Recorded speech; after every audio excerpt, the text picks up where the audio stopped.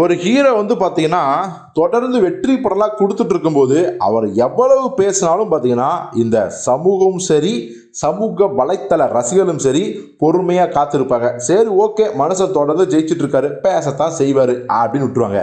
ஆனால் ஓவராக பேசி பேசி ஒருவேளை அதற்கு அடுத்து அவர் ரிலீஸ் ஆன படம் அட்டல் ஃப்ளாப் ஆச்சுன்னா உடனே அந்த பேச்சுகள்லாம் தோண்டி எடுத்து பயங்கரமாக ட்ரோல் பண்ண ஆரம்பிச்சிடுவாங்க. இதற்கு எந்த ஹீரோவும் விதிவிலக்கு இல்லை, எந்த அரசியல்வாதியும் விதிவிலக்கு இல்லை.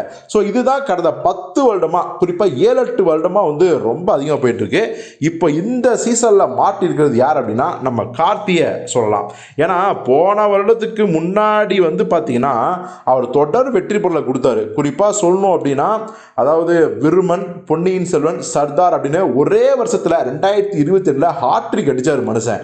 ஸோ அதுக்கப்புறம் பார்த்தீங்கன்னா அவர் வந்து ஒரு படத்தோட விழாவில், குறிப்பாக ஜப்பான் படத்தோட ஆடியோ மற்றும் ட்ரைலர் லான்ச்சில் வந்து பயங்கரமாக பேசினார்.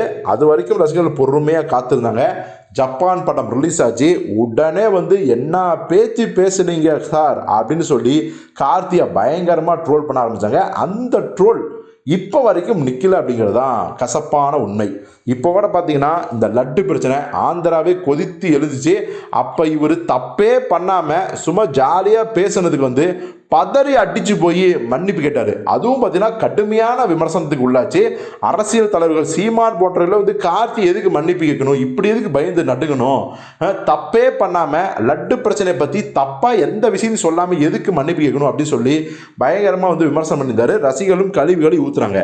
இப்போ இந்த நேரத்தில் பார்த்தீங்கன்னா ஏர்ஃபோர்ஸ் நிகழ்ச்சி நமக்கே தெரியும், இப்போ வந்து சென்னையில் நடந்துட்டு இருக்குது. இப்போது ஏற்கனவே லட்டு பிரச்சனை, இப்போ ஏர்ஃபோர்ஸ் நிகழ்ச்சியில் வந்து உயிரிழப்பு ஏற்பட்டு மருத்துவமனை அனுமதி அப்படின்னு ரொம்ப சிக்கலான விஷயமா வந்து போயிட்டுருக்கு. இந்த நேரத்தில் அந்த நிகழ்ச்சியை பாராட்டி பேசியிருக்காரு நம்ம கார்த்தியர்கள். குறிப்பாக ட்விட்டர் தளத்தில் என்ன சொல்லியிருக்காரு அப்படின்னா, ரொம்ப ரொம்ப என்னுடைய மனதுக்கு இதயத்துக்கு நிறைவான ஒரு பெருமையை அமைஞ்சிருக்கு இந்த நிகழ்ச்சி அப்படின்னு சொல்லி அந்த பைலட்ஸு, ஆஃபீஸர்ஸ், இன்ஜினியர்ஸ் எல்லாத்துக்குமே வந்து பாராட்டு தெரிவிக்காரு. குறிப்பாக நம்ம சென்னை வந்து பார்த்திங்கன்னா என்றைக்குமே வந்து இந்த மாதிரியான ஒரு தேசபக்திக்கும் தேசப்பற்றுக்கும் வந்து வழிகாட்டும், ரொம்ப ரொம்ப வந்து இதயபூர்வமாக வந்து வாழ்த்தும் அப்படிலாம் சொல்லி போட்டிருந்தாரு. இப்போது இதை வச்சு பயங்கரமாக கலாய்க்கிறாங்க. ஏன் சார், அங்கே உயிரிழப்பு மருத்துவமனை அனுமதினு போயிட்டு இருக்குது, நீங்கள் என்ன இதை பாராட்டி போடுறீங்க, எதை எந்த நேரத்தில் பண்ணுறதுன்னு தெரியாதா, பாராட்டுறது தப்பே கிடையாது, பட் இப்போ இந்த நேரத்தை பாராட்டினா உங்களை தானே வச்சு செய்வாங்க அப்படின்னு சொன்னதோடு மட்டும் இல்லாமல் நெட்டிசன்கள் அவரை வச்சு செஞ்சிட்ருக்காங்க.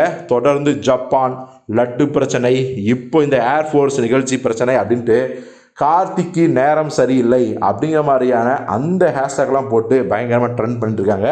ஸோ இது குறித்து நீங்கள் என்ன நினைக்கிறீங்க? கார்த்தி அவர்கள் இயல்பாக மனசில் இருக்கிறத பேசுனது தப்பு அப்படின்னு சொல்கிறீங்களா, இல்லை சரின்னு சொல்கிறீங்களா? எது உங்கள் கருத்து அப்படிங்கிறத கமெண்ட்டில் சொல்லுங்கள்.